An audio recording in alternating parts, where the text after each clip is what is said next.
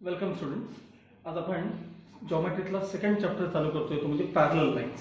यामध्ये या चॅप्टरमध्ये तुम्हाला साधारण एक दोन इनडायरेक्ट प्रूफ असलेले थिअरम, थोडेसे थिअरम्स अवघड आहेत. बाकी सगळ्याचा सगळा पार्ट तसा त्या मानानं सोपा आहे. ठीक आहे, फक्त इनडायरेक्ट प्रूफ जिथे आहेत तिथे मात्र थोडेसे ते अवघड असतात. आपण हा चॅप्टर सुरू करण्याआधी मी तुम्हाला या चॅप्टरला लागणाऱ्या थोड्याफार ज्या बेसिक गोष्टी आहेत, आता खरं तर तुम्हाला सगळ्यांना करस्पॉन्डिंग अँगल कशाला म्हणतात, अल्टरनेट अँगल कशाला म्हणतात किंवा इंटिरियर अँगल्स कशाला म्हणतात हे सगळं माहीत असणं आवश्यक आहे.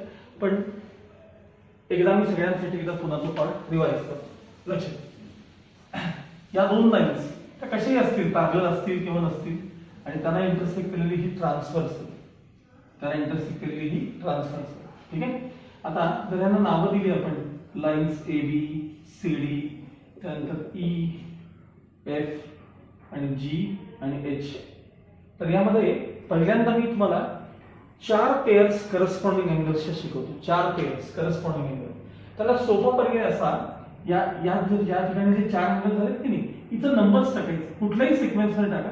1 2 3 4 हाच सिक्वेन्स खाली द्या, म्हणजे 1 2 3 4 असा सिक्वेन्स आहे. मग हा जो एक नंबरचा अँगल आहे ना, हा आणि हा, ही याला म्हणायचं पेअर ऑफ करस्पॉन्डिंग अँगल. आता हा अँगल रीड कसा करतात, वाचतात कसा, तर पहिली गोष्ट अँगल लाईनच्या वर आहे का लाईनच्या खाली आहे बघा, तर वर आहे. मग वरून स्टार्ट करा. अँगल ई जी ए असं वाचतात एक नंबरचा angle. Angle E G A याला पेअर आहे अँगल बघा हा G H C. G H C असे मी तुम्हाला एक पेअर फक्त लिहून दाखवले, एक. मग असा 2 नंबरचा 2 नंबर, 3 नंबरचा 3 नंबर, 4 नंबरचा 4 नंबर, असे करस्पॉन्डिंग अँगल्सचे एकूण 4 पेअर्स असतात.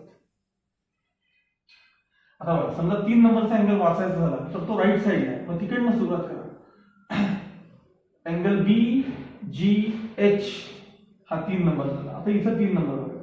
अँगल डी एच एफ ही झाली आणखी एक पेअर. आता समजा 2 नंबरचा वाचायचा असेल, angle E G B, angle G H D हा झाला 2 नंबरचा 2 नंबर. आता 4 नंबर वाचूया, तो या साईडला. Angle A G H 4 number, angle C G F 4 number.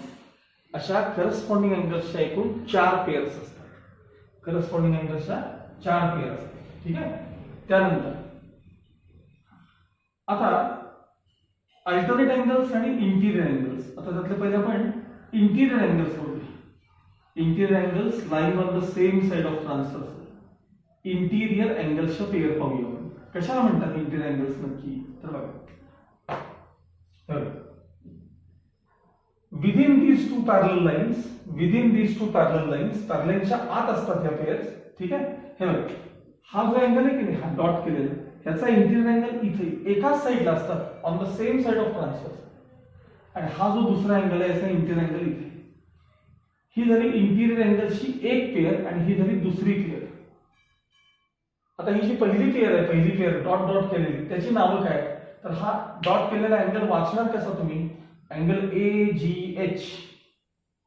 आणि हा अँगल कसा वाचणार, अँगल सी एच जी, किंवा असं वाचा जी एच सी. अर्थ एकच आहे. ही एक पेअर झाली आणि दुसरी पेअर बघा, अँगल बी जी एच, आणि आता हा अँगल जी एच डी. अशा इंटिरियर अँगल्सच्या 2 पेअर्स आहेत. आता मी फक्त चेंज काय करतो बघा, हा जो राऊंड आहे ना इकडचा, तो इकडे दाखवतो आणि हा इकडे दाखवतो. तर बघा, असं झेड बघायचं, झेड हे असं, हा झेड. हा अँगल आणि हा अँगल, ही अल्टरनेट अँगल्सची पेअर असते. अल्टरनेट अँगल, हा राऊंड आणि हा राऊंड बघितलं, अल्टरनेट अँगल. याचा अल्टरनेट अँगल इथे आहे. आता अँगल मी वाचून दाखवलं. आणि असा उलटा झेड पण बघा, उलटा झेड असा पण बघा. ते काय एक्झॅक्ट झेड नसतो, पण समजून घ्या झेड सारखा. तर या क्रॉसचा इथे आहे. अशा एकूण तुमच्या इंटिरियर अँगल्सच्या 2 पेअर्स, अल्टरनेट अँगल्सच्या 2 पेअर्स आणि करस्पॉन्डिंग अँगल्सच्या एकूण 4 पेअर्स असतात. हे आधी पहिले तुम्हाला माहित असलं पाहिजे. हे झाल्यानंतर एक पहिला जो थिअरम आहे हा जर समजायचा असेल तर तुम्हाला एक पॉस्ट्युलेट परत वाचायचं आहे आपल्याला. अगदी आपण बेसिक्स पहिला लेसन जो आपण शिकलो होतो ना त्यामध्ये ही टर्म होती. मी तुम्हाला दाखवतो कुठे आहे ती, मागे जाऊन पेज नंबरवर. ते एकदा सगळ्यांनी परत एकदा एक 4-5 वेळा ते स्टेटमेंट वाचा. ते जर का तुम्हाला समजलं तर लगेच कळतं. पेज नंबर 9, पेज नंबर 9, 5 नंबरचा त्यातला पॉइंट बघा. 5 नंबर प्रूफ्स असं हेडिंग आहे. लेट्स लर्न युक्लिडचा तुम्हाला इथं फोटो दाखवलाय बघा, त्याच्या डाव्या बाजूला 5 नंबरचा पॉइंट काढा. 5 नंबरचा, if two interior angles formed on one side of transversal of two lines add up to less than two right angles, the two right angles ऐवजी तुम्ही 180 degree म्हणा, less than 180 degree, then the lines produced in that direction intersect each other. काय म्हणले त्यांनी, नीट ऐका. if two interior angles formed on one side of transversal of two lines add up to less than 180 degree, then the lines produced in that direction intersect each other. म्हणजे काय तर ऐका, लक्षात ठेवा. या दोन लाईन्स आहेत आणि ही त्यांची ट्रान्सफर्सल आहे. आता इथं इंटिरियर अँगलची ही पेअर आहे. ही पेअर जर का या दोघांची टोटल एक्झॅक्ट 180 असेल तर त्या लाईन्स पॅरलल असतात. या दोन लाईन्स काय असतात, पॅरलल. आणि जर या दोघांची टोटल लेस दॅन 180 डिग्री असेल, या दोघांची जर टोटल लेस दॅन 2 राईट अँगल्स असेल, म्हणजे लेस दॅन 180 डिग्री असेल, तर ते अँगल्स ज्या बाजूला आहे त्या बाजूला त्या लाईन्स प्रोड्यूस केल्यानंतर, त्या बाजूला त्या दोन लाईन्स प्रोड्यूस केल्यानंतर एकमेकींना इंटरसेक्ट होतात असं त्यांना म्हणायचं.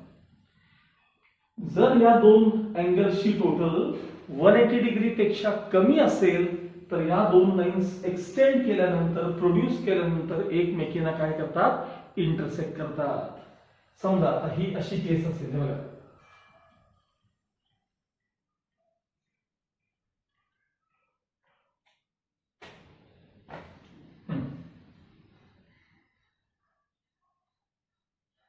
ही ट्रान्सफर्सल, हे बघा इंटिरियर अँगलची ही एक पेअर बघा.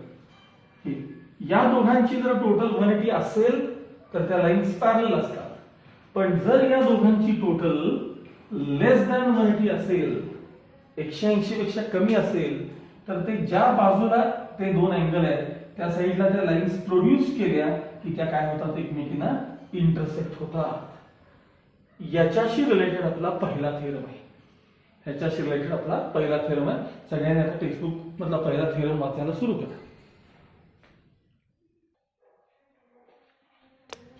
ओके, पेज नंबर 15 वरती पहिला थेरम काढा. पेज नंबर 15 काय म्हणले बघा, इंटिरियर अँगल थेरम असं त्याचं नाव आहे. काय आहे, इंटिरियर अँगल्स थेरम. पहिले स्टेटमेंट वाचून घ्या. थेरमचं स्टेटमेंट म्हणजे थेरम वाचू आपण.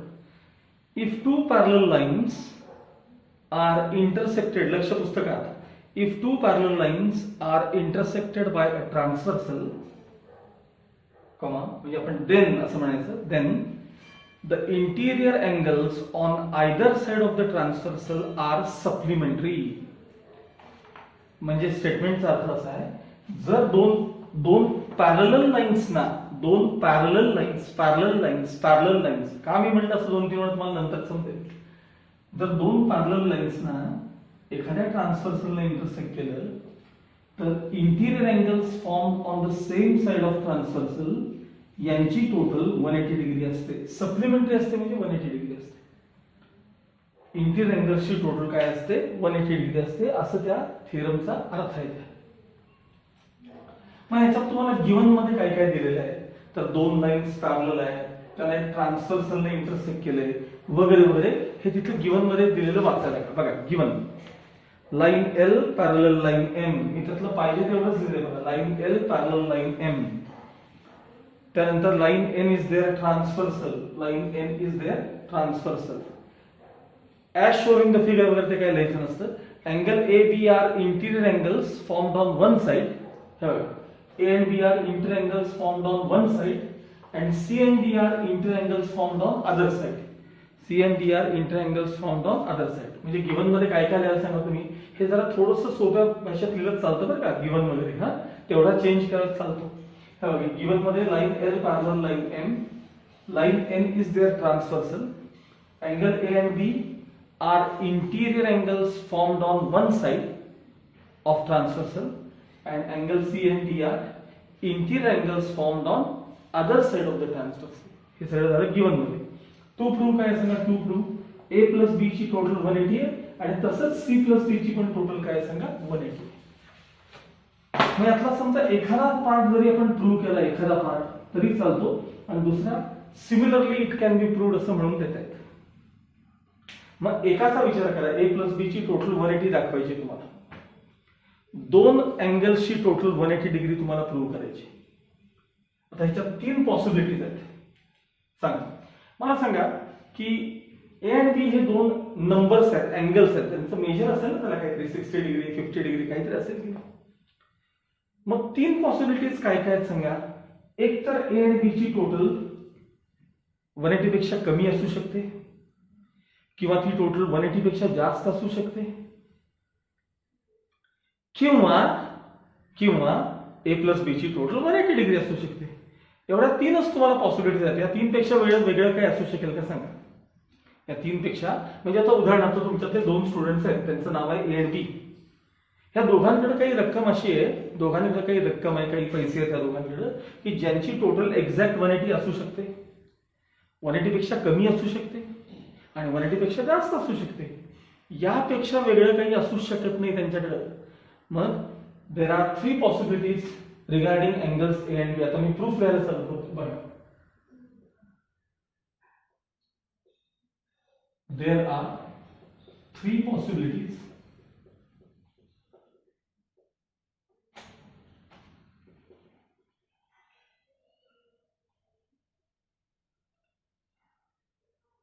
regarding angle A and angle B. बरं, पहिली पॉसिबिलिटी अशी पहिली की अँगल ए आणि अँगल बी यांची टोटल लेस दॅन 180 डिग्री असू शकते. सेकंड पॉसिबिलिटी अशी आहे की अँगल ए अँड अँगल बी ची टोटल ग्रेटर दॅन 180 डिग्री असू शकते. आणि तिसरी पॉसिबिलिटी अशी आहे की अँगल ए आणि अँगल बी यांची टोटल 180 डिग्री सुद्धा असू शकते. तीन पॉसिबिलिटीज तुमच्या समोर आहेत. आता आपण एक एक पॉसिबिलिटीचा विचार करूया. बरं, consider angle A plus angle B is less than 180 degree. ठीक आहे. मला सांगा ए आणि बी कसल्या प्रकारचे अँगल्स आहेत. इंटिरियर अँगल्स आहेत, lying on the same side of transversal. मग जर या दोघांची टोटल 180 डिग्री पेक्षा कमी असेल तर आपले मगाशी युक्लिडचं आपण पॉस्ट्युलेट काय वाचलं होतं आठवलं.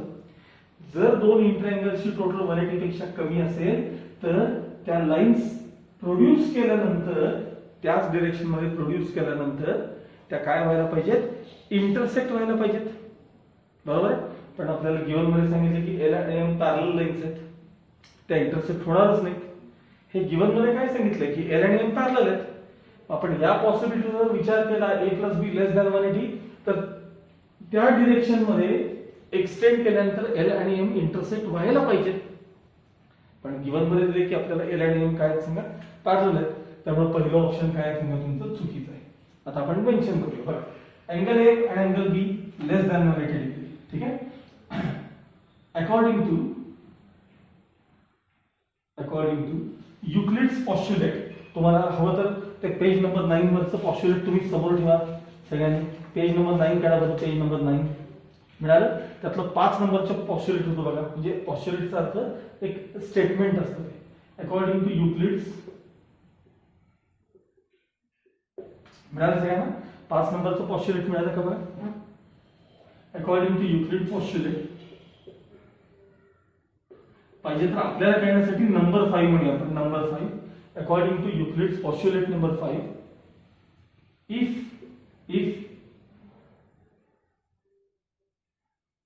the sum of if the sum of measures of interior angles is less than 180 degree, then the lines produced means extended in that direction intersect each other. If the sum of measures of interior angles is less than 180 degree, then the lines produced in that direction intersect each other. Therefore, lines L and M intersect each other. Lines L and M क्या व्हायला पाहिजे? Intersect व्हायला पाहिजे. But we are given that lines L and M are parallel. Lines L and M are parallel. ठीक है? Therefore, first possibility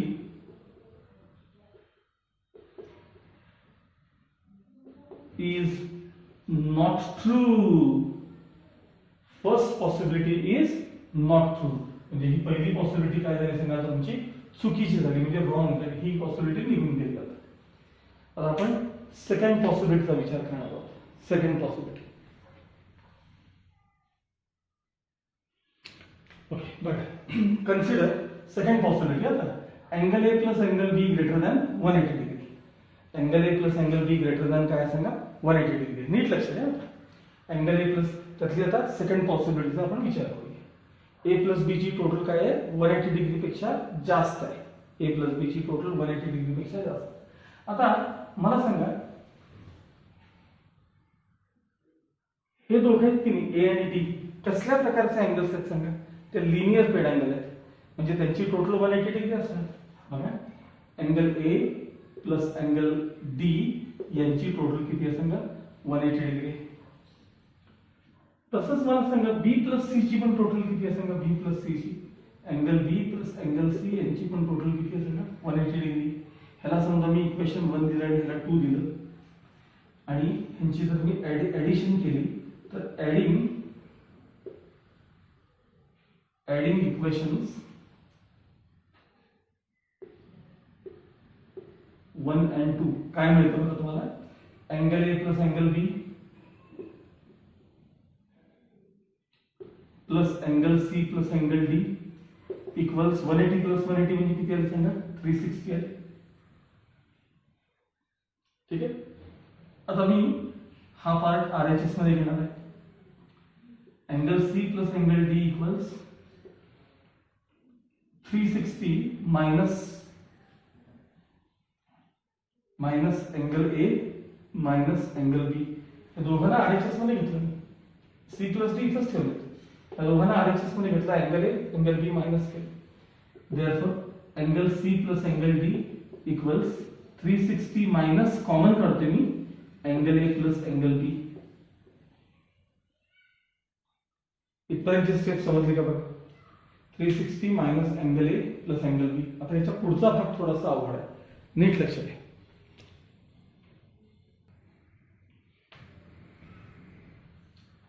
आधी मला एका साध्या प्रश्नाचं उत्तर द्या म्हणजे तुम्हाला लवकर समजेल. बघा मला सांगा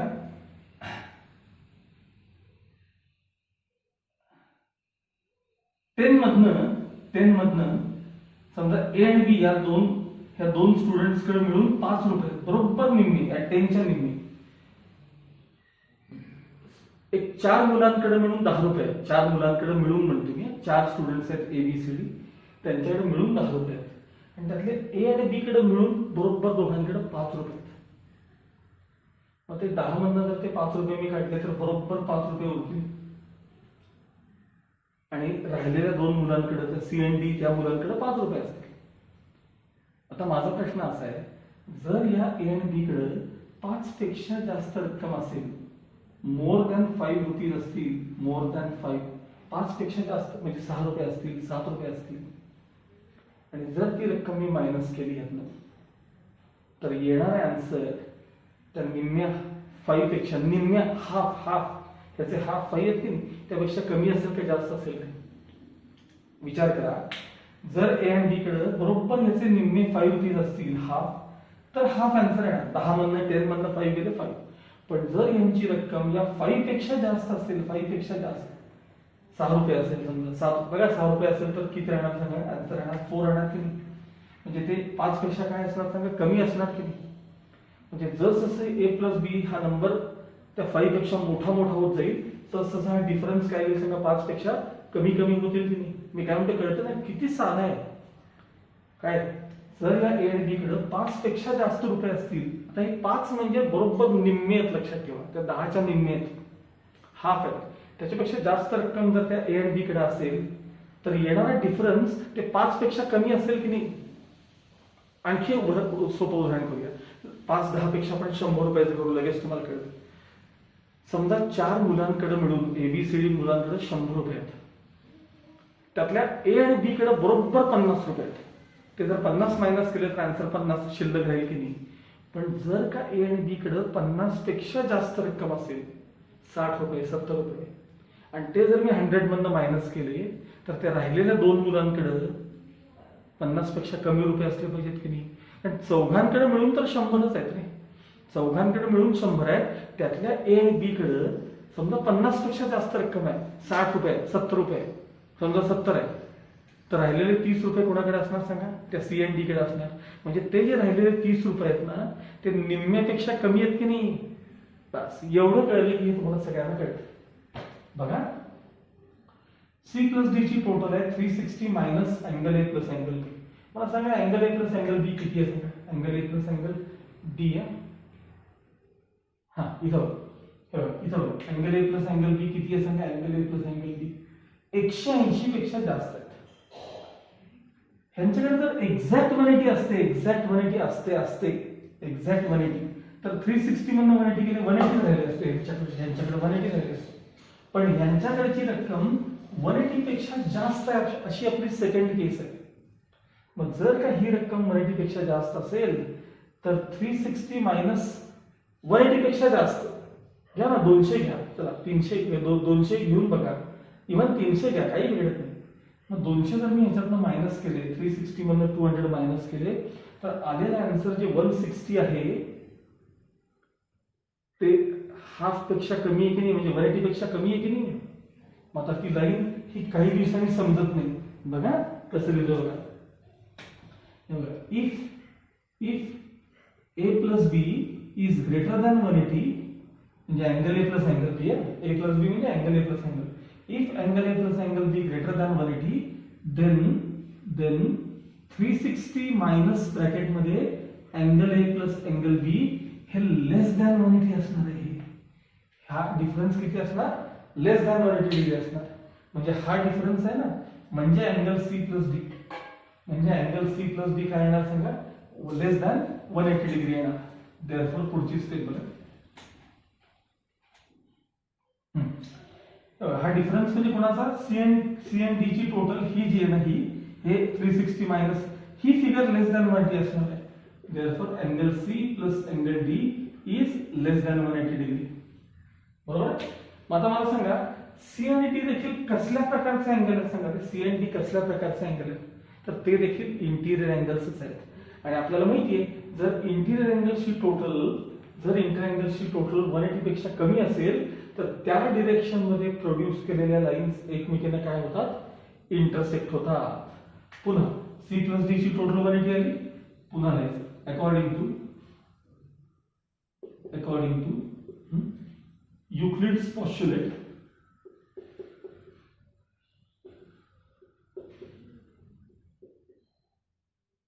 हे आपल्याला घेण्यासाठी नंबर 5 आपल्याला घेण्यासाठी according to Euclid's postulate number 5, if the sum of measures of interior angles is less than 180 degree, then the lines produced in that direction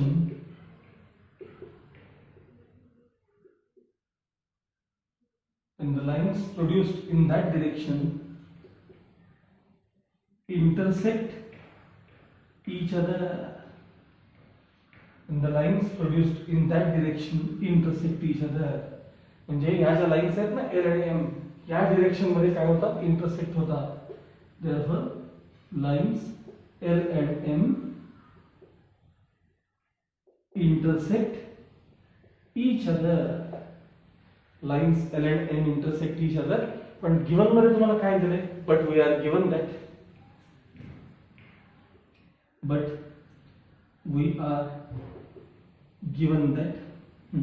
काय given, line L is parallel to line M. L आणि M तुम्हाला parallel दिलेले आहेत. म्हणजे तुमचं second, हे जे second consideration होतं ना, सेकंड अझम्पशन, हेही चुकलं. ठीक आहे. therefore angle A plus angle B greater than 180 degree is not true. आता बघा, angle A plus angle B less than 180 हे पण ट्रू नाही, 180 पेक्षा लहान नाही, 180 पेक्षा मोठे नाही. मग राहिलं काय, मग 180 असले पाहिजे. हे बघा, दोघांची टोटल 180 पेक्षा कमी नाही, दोघांची टोटल 180 पेक्षा जास्त नाही, आणि मग किती असली पाहिजे, एक्झॅक्ट 180 असली पाहिजे. therefore angle A plus angle B equals 180 degree is true. angle A plus angle B equals 180 degree is true. म्हणजे हे प्रूव्ह झालं का, angle A plus angle B equals 180 degree हे प्रूव्ह झालं. आणि मग खाली लिहायचं similarly we can prove that म्हणायचं. आता इथे लिहितो similarly, खाली लिहायचं similarly we can prove that काय, तर angle D plus angle C equals 180 degree. अशाच 3 सेम केसेस करायच्या आणि C प्लस D ची पण टोटल आपल्याला काय प्रूव्ह करता येते, 180 डिग्री हे आपल्याला प्रूव्ह करता येतं. Same cases. हा असा पहिला थेरम आहे. तुम्हाला कदाचित स्कूलमध्ये फारसा व्यवस्थित समजला नसेल, किंवा त्यांनी तुम्ही जर तो वाचला नसेल आतापर्यंत व्यवस्थित, तर हे 2-4 वेळेला हे नीट वाचा, पुन्हा व्हिडिओ बघा आणि थेरम समजून घ्या. आता ह्याचा वापर करून आपल्याला पुढे जायचं आहे. म्हणजे आता आपण काय प्रूव्ह करून घेतलं सांगा, थोडक्यात काय प्रूव्ह केलं, तर जर लाईन्स पॅरलल असतील तर इंटिरियर अँगलची टोटल 180 डिग्री असते. हे आपण प्रूव्ह करून घेतले. आता हे तुम्ही वापरू शकता याच्या पुढे. जर 2 लाईन्स पॅरलल असतील आणि त्याला एका ट्रान्सव्हर्सलने इंटरसेक्ट केलं तर इंटिरियर अँगलची टोटल काय असते, 180 डिग्री असते. हे आता आपण प्रूव्ह करून घेतलं. ओके.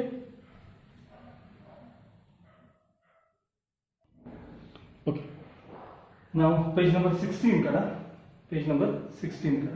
तिथं आता corresponding angles and alternate angles theorem असे तुम्हाला 2 एकत्र हेडिंग दिले. पण त्यातला जो पहिला थेरम आहे तो करस्पॉन्डिंग अँगल्स अँड दुसरा जो आहे तो आहे अल्टरनेट अँगल्स. आता हे एकदम छोटे आणि सोपे थेरम्स आहेत. बघा पेज नंबर 16 थेरम काय म्हणलं बघा.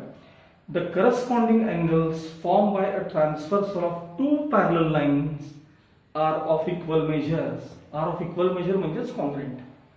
म्हणजे लाईन्स L आणि M जर पॅरलल असतील तर करस्पॉन्डिंग अँगल्स कॉन्ग्रुएंट असतात. मग करस्पॉन्डिंग अँगलच्या 4 पेअर्स असतात. त्यातली एक जरी पेअर कॉन्ग्रुएंट दाखवली तरी सिमिलरली उरलेले 4 तुम्हाला कॉन्ग्रुएंट दाखवता येतात.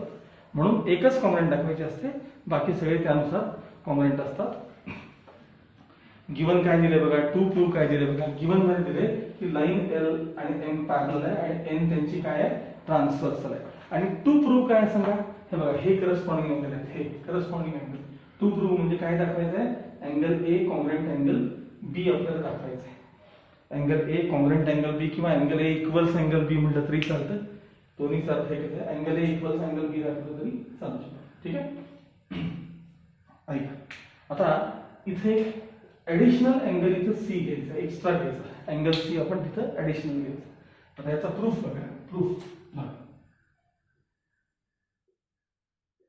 line L parallel line M and line N is their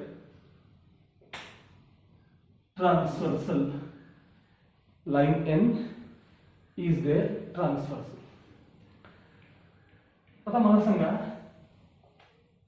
आत्ताच आपण पाहिलं की इंटिरियर अँगलची टोटल काय असते सांगा, तर ती 180 डिग्री असते, हे पाहिलेलं आहे. आणि मला सांगा ए आणि सी कसल्या प्रकारचे अँगल आहेत सांगा, ए आणि सी कसल्या प्रकारचे अँगल, तर लिनियर पेअर्ड आहेत, मग त्यांची पण टोटल 180 डिग्री असते, बरोबर. मग आता बघा, angle A plus angle C यांची टोटल 180 डिग्री. ह्याला रिझन आहे लिनियर पेअर्ड अँगल्स, किंवा नुसतं लिनियर पेअर्ड म्हटलं तरी चालतं. आता मला सांगा बी आणि सी ची पण टोटल 180 आहेत, कारण ते इंटिरियर अँगल्स आहेत. आणि आत्ताच प्रूव्ह केलं आपण, जर दोन लाईन्स पॅरलल असतील तर इंटिरियर अँगलची टोटल काय असते, 180 डिग्री असते.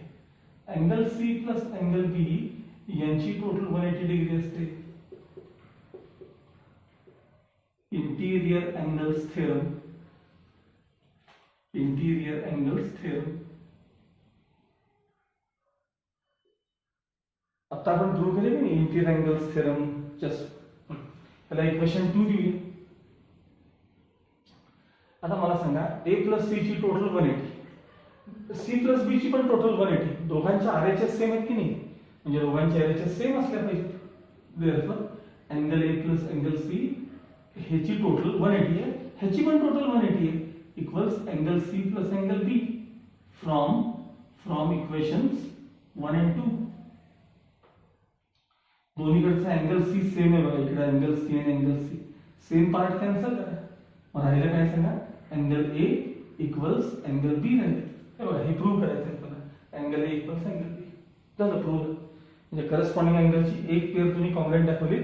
याप्रमाणे सगळ्या करस्पॉन्डिंग अँगलच्या ज्या पेअर असतील ना, आता समजा इथे असेल, इथे असेल, इथे असेल, उरलेल्या तिन्ही पेअर्स देखील काय असतात, त्या कॉन्ग्रुएंट असतात. असे हे पुढचे प्रूफ एकदम सोपे आहेत. ओके, तर आता थर्ड थिअरम बघा. The alternate angles formed by a transversal of two parallel lines are of equal measures. Alternate angles formed by a transversal of two parallel lines, म्हणजे दोन लाईन्स पॅरलल आहेत की त्यांची ट्रान्सव्हर्सल आहे. हे बघा, हे असे एक आड एक इकडे एक इकडे, ह्याला म्हणतात अल्टरनेट अँगल्स. म्हणजे तुम्हाला अल्टरनेट अँगल्स काय दाखवायचे, कॉन्ग्रुएंट दाखवायचे. गिवन टू प्रूव्ह काय काय देवाचा, गिवन मध्ये दिले तुम्हाला line L parallel line M, त्यानंतर एन ट्रान्सव्हर्सल आहे, हे सगळं तुम्हाला गिवन मध्ये दिलेलं आहे. आणि टू प्रूव्ह काय सांगा, टू प्रूव्ह काय प्रूव्ह करायचं तुम्हाला, तर अँगल बी आणि अँगल डी इक्वल मेजर्स, किंवा अँगल डी आणि अँगल बी मागे पुढे झालं तरी चालतं. अँगल डी आणि अँगल बी काय सांगा, हे इक्वल मेजर्स आहेत, हे आपल्याला प्रूव्ह करायचं आहे. ठीक आहे, बघा इथं एक ऍडिशनल एक्स्ट्रा अँगल सी घ्यायचं. सुरुवात बघा, line L parallel line M and line N is there transversal. ठीक आहे, आता मला सांगा हे जे दोघे अँगल आहेत सी आणि डी, हे लिनियर पेअर्ड अँगल आहेत की नाही बघा, मग त्यांची टोटल 180 असणार. Angle C plus angle D equals 180 degree bracket मध्ये लिनियर पेअर्ड अँगल्स, इक्वेशन 1. आणि सी आणि बी कसल्या प्रकारचे अँगल आहेत सांगा, इंटिरियर अँगल्स आहेत, त्यांची टोटल 180 असते. आपण हे मगाशी प्रूव्ह केले. Angle C plus angle B equals 180 degree. Reason interior angles, interior angles theorem म्हटलं तरी चालतं. ह्याला इक्वेशन 2 द्यायचं. पुन्हा एकदा 1 and 2 च्या आरएचएस सेम आहेत की नाही बघा, आरएचएस 180 म्हणजे एलएचएस सेम असले पाहिजे.